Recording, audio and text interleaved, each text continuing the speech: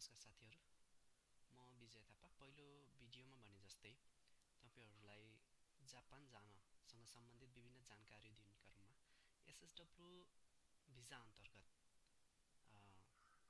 त्यसको मापदण्डहरु कसरी पूरा गर्ने र मापदण्ड पूरा गर्नको लागि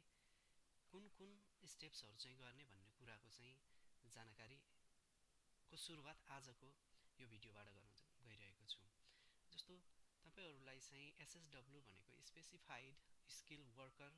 को भिजामा जानको लागि तपाईहरुलाई एउटा भाषाको ज्ञान हुनु जरुरी छ र त्यसपछि सिपको कुन क्षेत्रमा तपाई जान चाहनुहुन्छ, कुन क्षेत्रमा तपाई काम गर्न जान चाहनुहुन्छ,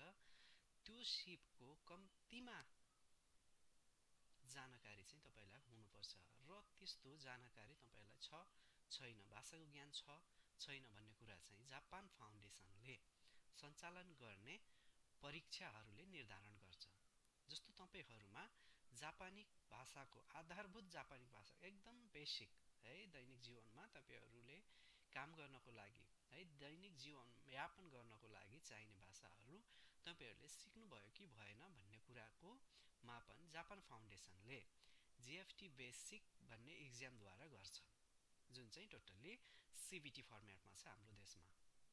है। त्यस्तै गरेर स्किल टेस्टको पनि त्यस्तै हो है, CBT फर्मेटमा है। सामान्य कुराहरू चाहिँ त्यसमा सोधिन्छ। सामान्य कुरा जानिसकेपछि अरु काममा चाहिँ यसले गर्न सक्छ भन्ने हिसाबले उनीहरूले मूल्याङ्कन गरिसकेपछि हामी जापान जानको लागि चाहिँ के हुन्छन् त, क्वालिफाइड हुन्छन्। तर यसको मतलब यो होइन कि यी दुईटा एक्जामहरु पास गर्ने बित्तिकै हामी चाहिँ जापान गइहाल्न सक्छौं। यस पश्चात पनि कम्पनीको इन्टरभ्यु फेस गर्नुपर्ने हुन्छ, कम्पनीको मापदण्डहरु पूरा गर्नुपर्ने हुन्छ। तत्पश्चात मात्रै कम्पनीले भिजाको लागि प्रोसेसिङ गरेर हामी चाहिँ त्यहाँ एज अ SSW कामदारको रूपमा चाहिँ हामी त्यहाँ जान सक्छौं। तर यी सबै प्रक्रिया गर्नको लागि हामीले चाहिँ आफ्नो आईडी बनाउनु पर्ने हुन्छ, जसलाई भनिन्छ प्रोमेट्रिक आईडी। आज यो भिडियोमा प्रोमेट्रिक आईडी हामीले चाहिँ कसरी बनाउने भन्ने कुराको जानकारी दिँदै छौं। होप तपाईहरुलाई यो जानकारी एकदमै युजफुल हुनेछ र एक्जाम दिनु भन्दा अगाडि अथवा जापानिज भाषाको प्रिपरेसन गर्नु भन्दा अगाडि यो कुरा जान्नु अति नै आवश्यक छ। प्रोमेट्रिक आईडी बिना न हामीले एक्जामको स्केड्युल हेर्न न हामीले एक्जामको स्केड्युल रिजर्भेसन गर्न सक्छौं, न हामीले परीक्षाको लागि आवेदन दिन सक्छौं। तसर्थ यो हाम्रो पहिलो भिडियोमा पहिलो प्रक्रिया जुन छ त्यो हो प्रोमेट्रिक आईडी बनाउने, त्यसैको बारेमा जानकारी दिँदै छौं। अब कम्प्युटरको स्क्रिन ओके, अब हामी चाहिँ प्रोमेट्रिक आईडी चाहिँ कसरी चाहिँ बनाउने, कसरी चाहिँ अब्टेन गर्ने भन्ने कुराहरुको चाहिँ यहाँनिर डिस्क्राइब गर्न जाँदै छौं। तपाईले त्यसको लागि फर्स्टमा चाहिँ यो माथि देखाएको है, यो माथि देखाएको साइटमा चाहिँ जानुपर्ने हुन्छ।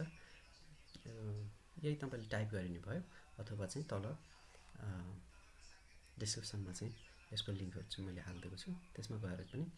यो पेजमा चाहिँ तपाई जान सक्नुहुन्छ है। यति गरिसकेपछि obtain your prometric ID मा चाहिँ क्लिक गर्नु। जस्तो अलरेडी बनाएको छ भने यहाँ है, अब चाहिँ बनाउन बाँकी छ भने यहाँ चाहिँ हामीले क्लिक गरेर पहिले प्रोमेट्रिक आईडी चाहिँ बनाउन सकिन्छ है। ल यता जाउँ है त। नयाँ प्रोमेट्रिक आईडी बनाउँदा निम्न कुराहरु ध्यान दिनु पर्नु होला भनेर भनेको छ। यी चाहिँ सामान्य कुराहरु हुन् है। ती सामान्य कुराहरुलाई अर्को पृष्ठमा जाने नेक्स्ट गर्नुस् है। सम्झौता पनि राखिदिएको छ, त्यसमा तपाईहरुले पढ्न सक्नुहुन्छ सम्झौताहरु। त्यो सम्झौताहरु सबै चाहिँ के हो त, चाहन्छु मा चाहिँ यहाँ क्लिक छ भने अलरेडी ओके, छैन भने यहाँ क्लिक गरेर सिलेक्ट गरेर सहमत छु मा जानुस् है। त्यसपछि यहाँ चाहिँ तपाईहरुले नयाँ प्रोमेट्रिक आईडी बनाउने भनेर चाहिँ इमेल चाहिँ अति आवश्यक हुन्छ। इमेल चाहिँ तपाईहरुले युज गरिरहनु भएको प्लस त्यो इमेलको पासवर्ड थाहा भएको इमेल चाहिँ युज गर्नु होला। किन भन्दाखेरि यो बनाइसकेपछि जे पनि सूचनाहरु उताबाट आउँछ त्यो सबै यही इमेलमा आउने हुन्छ। तसर्थ यहाँनिर चाहिँ इमेलहरु राखौं है।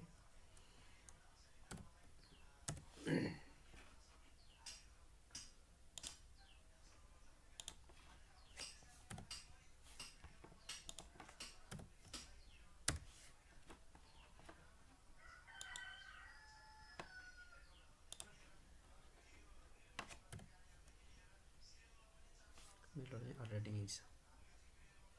हुन्छ त्यसपछि गएर गो टु नेक्स्टमा गरौँ गो टु नेक्स्टमा गइसकेपछि फेरि तपाईलाई यहाँ चाहिँ इमेल एड्रेस चाहिँ यही हो त भनेर फेरि रिकन्फर्मको लागि चाहिँ देखाएको हुन्छ हो भने अर्को पृष्ठमा जाने अर्को पृष्ठमा गइसकेपछि पासवर्ड 6 अक्षर अब चाहिँ तपाईले प्रोमेटिक आइडी हो नि त अघि जिमेल भयो जिमेलको पासवर्ड छुट्टै छ प्रोमेटिक आइडीको पासवर्ड पनि तपाईहरुले छुट्टै राख्नुपर्ने हुन्छ है यो चाहिँ सम्झिराख्नु होला त्यसको लागि चाहिँ 6 अक्षर वा सोभन्दा 14 अक्षर अल्फाबेट र अंग्रेजी अङ्क प्रयोग गर्ने है जस्तो मैले युज गरे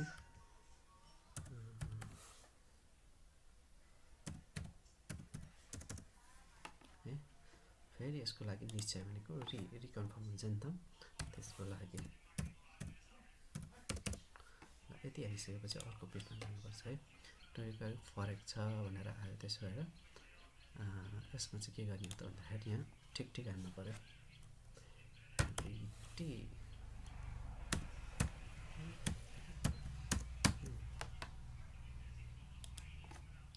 के हो त भन्दाखेरि अहिले भन्न खोजेको यो दुईटैमा है यो दुईटैमा चाहिँ एउटै हाल्न पर्यो है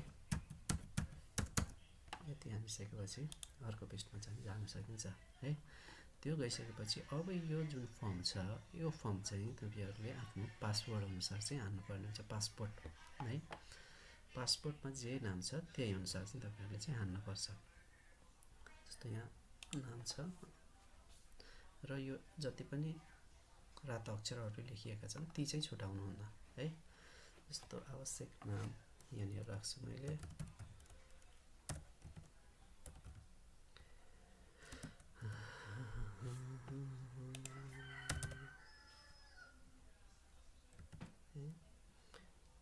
त्यसपछि मिडल नेम भकाले राख्नुस् नभकाले परेन त्यसपछि लास्टमा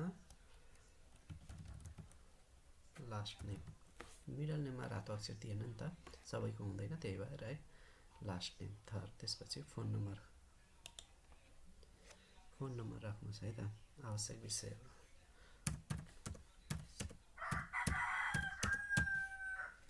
यति राखेपछि भवनको नाम घर नम्बर तल्ला एड्रेस 1 एड्रेस 2 भन्ने छ है यो चाहिँ राख्न परेन टोल ओडा है टोल ओडा भनेपछि यो चाहिँ के हो त भन्दाखेरि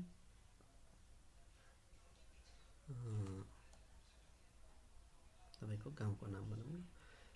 गाउँको पनि अहिले त फरक पर्ने हुन्छ के अरे पहिलाको र अहिलेको जस्तो पहिला गाविस थियो अहिले गाउँपालिका भयो त्यही अनुसार पहिलाकै राख्नु होला त्यसो गर्दाखेरि तपाईको पासवर्डमा के छ त्यही राख्नु होला पहिलाको भन्दा पनि मेरो चाहिँ पहिलाको छ त्यही भएर यसो भनेको त्यसको लागि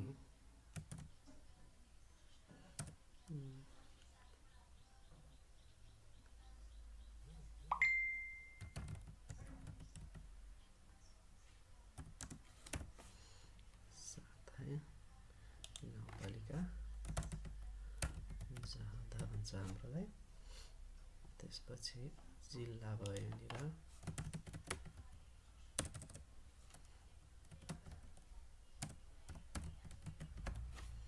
त्यसपछि गएर जिप कोड हुला कोड यहाँ के पनि थाहा छैन भने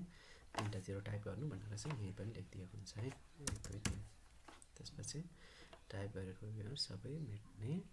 आइडी प्रक्रिया रद्द गर्ने फर्कने अर्को पृष्ठमा जाने भन्ने छ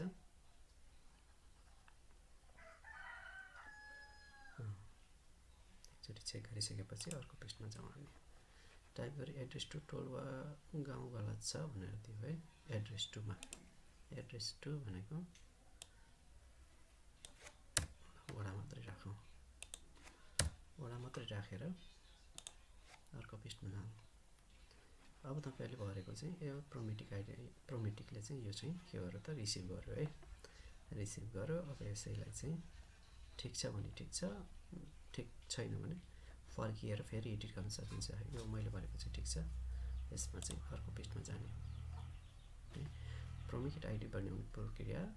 पछि तपाईको इमेल ठेगानामा दर्ता भएको पूरा जानकारी पठाइन्छ यसरी चाहिँ प्रोमेटिक आइडी चाहिँ बनिसकेपछि उनीहरुले एउटा चाहिँ इमेल पठाउँछ